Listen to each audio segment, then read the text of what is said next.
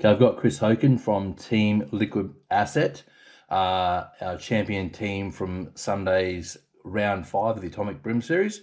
Congratulations, Chris. Thanks, mate. Keeping the in the vein of the name Chris, winning the rounds. How good's that? Yeah, should mean Chris take out a team together. We'll be right up there. The two Chris's, yeah. Very good. So, mate, tell us about your day. I mean, you ended up with you had a really good day. You went fishing with Matt Fatafay, who is your regular fishing partner. What happened there? No, so Matt had to go fly up to Darwin for a bit of work and have a solo fish and a pre-fish for the Queensland Open that's coming up. Of course, because it was the last weekend of the pre-fish, so we ran our round on the Saturday. The BTA's boys ran a round out of Cleveland on the Sunday, which gave those guys who wanted to fish two different arenas, or the same arenas pretty much as the Queensland Open is on, had the chance to do that in tournament conditions and just see how they were going against other bag weights and that kind of thing. So hopefully that was helpful for you. Yeah, I was only able to pre-fish for the Gold Coast round only because I just got back from the ABT Lake Macquarie round and another full weekend away from the family Mrs. wouldn't be too happy with that. And we've got to keep our families happy, don't we? That's it. Happy wife, Yeah, happy life. that's it. So, and you've got a young family too, so obviously it's important to give that Yeah. time back. And yeah, we totally get that, mate. So, so your bag went 148.5 centimeters. Obviously, this year we were measuring to the fork, so our numbers are down a little bit compared to last year when we were measuring tip. Your big fish, you got equal big brim with the Musk Lord, Steve Morgan, Yeah. 34 centimeters, so keeping some pretty good company there. Um, Tell us about your day and how it unfolded for you.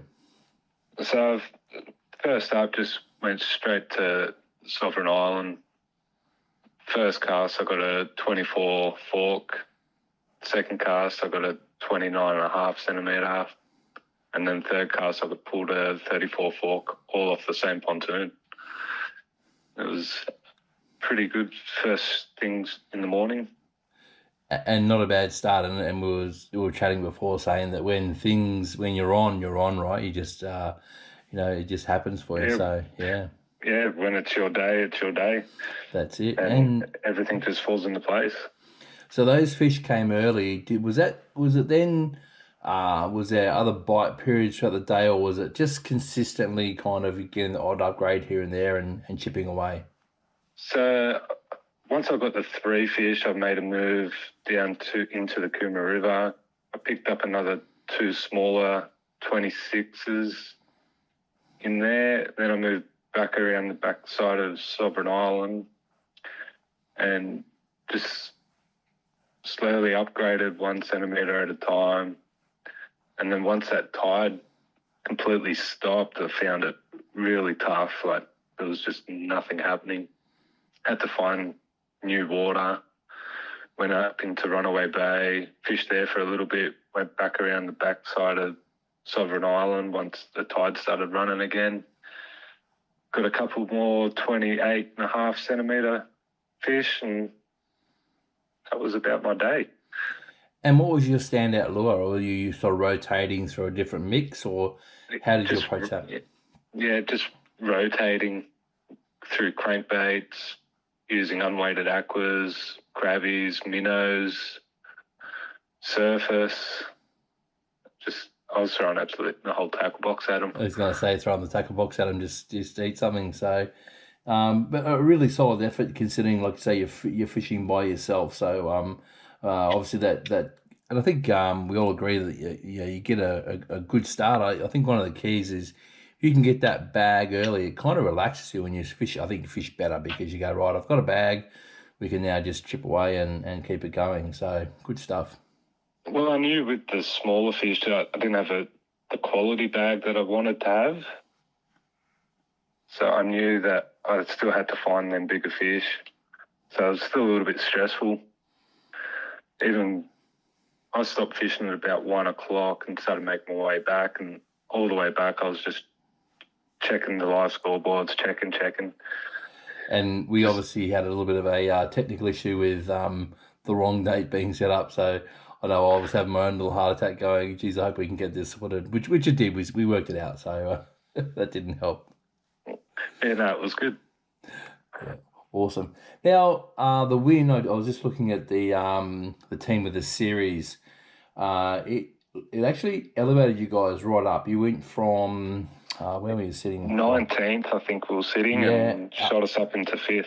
Yeah, and I guess the really good thing about that is that you've got 2 more rounds left, and you've got 2 rounds you can drop. So you've got a 74 in there, so that'll obviously will disappear off your scoring, and so it's going to be really interesting from next round. It'll be our 5th round, so we'll have our first team starting to drop and see how that all changes around. Obviously, Chris and Jacob and David they sealed the series on the weekend, which is quite incredible considering we've only fished 4 rounds, and they are already sitting on 399 out of a possible 400. So that's incredibly consistent, and so they've locked that title away, and so it was mathematically possible before that round, but all done and dusted now. You mentioned before you're fishing the Queensland Open. Now the Queensland Open is one of the biggest events in the country. It's it's up there with the Australian Open, the Bream Grand Final, those kind of events. So it's a really prestigious one. And we now, how are you sort of you've done your pre-fish now? How are you going to approach that when you actually start that? So I'll just go fishing. That's all I do. I don't look at a comp as in I need to get 5 fish. I go fishing. If I get my 5, then great. It was supposed to happen. And if it doesn't happen, it doesn't happen. It's just not your day. So you don't overthink it too much. Just go fishing and do what you do and do what you enjoy doing. And try and slow yourself down. That's what I'd mainly try and do. Like if you find yourself fishing too quick, always just stop and just slow down. And you'll end up finding more fish. And that happens. We're all guilty of it. Like you, especially you get to like 10 o'clock, 11 o'clock, and you haven't got a bag. You automatically start fishing, and you can overthink things and whatever else. So it is good when you get that bag early and you relax a bit, and away you go. So we wish you all the very best for that. It's going to be. I haven't seen the list of who's actually fishing that, but I guarantee you're going to have some of the very, very best anglers in the country that will travel up, and also obviously our great local anglers, number of previous champions that will be fishing that. So it's going to be pretty cool. Definitely a tough field this year. How many boats are in so far? I haven't actually seen so last I checked, there was 17. Okay, yep, which is a great field. And then, as Morgo was saying on Sunday, 100% payback. So these are around $5.50 entry fees. So there's going to be some big cash up for grabs. And more importantly, there's the prestige of being a Queensland Open champion. It's a pretty prestigious event. Bringing back Jeff. Got to get Jeff back, absolutely. Can't have Jeff going back down south of the border. And that. So I look forward. I'll be down the day you're on the Goldie. I'm going to come down, and the club will be open at the clubhouse, and we'll do a barbecue and that kind of stuff.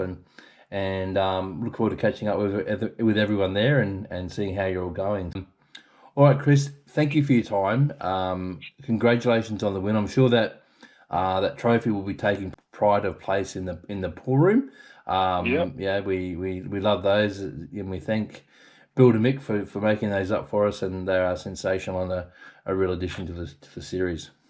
It definitely looks good up there. And how annoyed was Matty that he missed out? Oh, he was pretty annoyed. I could imagine. He's even called himself the jinx, because every comp I've fished without him, I've either come first or second. So I wouldn't call him jinx, because Matt's a very, very good angler. He got a second in the. He got a second in the Gold Coast a couple of years back, and he's doing really well. I remember actually that year he finished, I think, dead last in the Queensland Open, backed up a couple of weeks later and got second on the Goldie. So he's very resilient, very, very accomplished angler, and we love having him on board. Yeah, he's definitely good. And I'm sure you two are great mates. I'm sure there's a lot of banter and all that kind of stuff going on as well. Yeah, there's always banter going on. I love it. All right, and are you making the trek up to Gladstone? Yeah, I'll be making the trek up to Gladstone and then obviously doing the Gold Coast round as well. Yeah, and then that's That's ABT dusted for the year. Yeah, and I think our last round is around that time as well. So we're sort of then we can all go and get some rest for a few months while the weather's hot and relax. Well, they'll all be fishing anyway. Then we'll start fishing for jacks again. That's it. And the Barra Tour, and I'm sure that if we get Carl and Gussie and all those guys coming out, there's word of even the G-Man maybe coming out. So I think it'd be worthwhile just making the trip north for that, just to meet those guys, I reckon. So yeah, I would like to do the Barra Tour one day, but at the moment just can't do it. I agree. And I think you go up there and you can fish it, but I think technology plays a massive part in doing well. But I think I'd just go up there and drink beer and go fishing. Yeah, sounds good. All right, mate. Appreciate your time. And we'll see you back for round 6. That's in about 3 weeks' time, I think. So we'll get all the details up for that. From a serious point of view, really appreciate Atomic coming on board. They've been great supporters. Lawrence has given us the lead FS9 for the end of series draw. Fantastic stuff. I was saying before, hoping to have about $5,000 in prizes that we'll give out after the John Wright Memorial. And spread the love across everyone who's supported the series. All right, sounds good.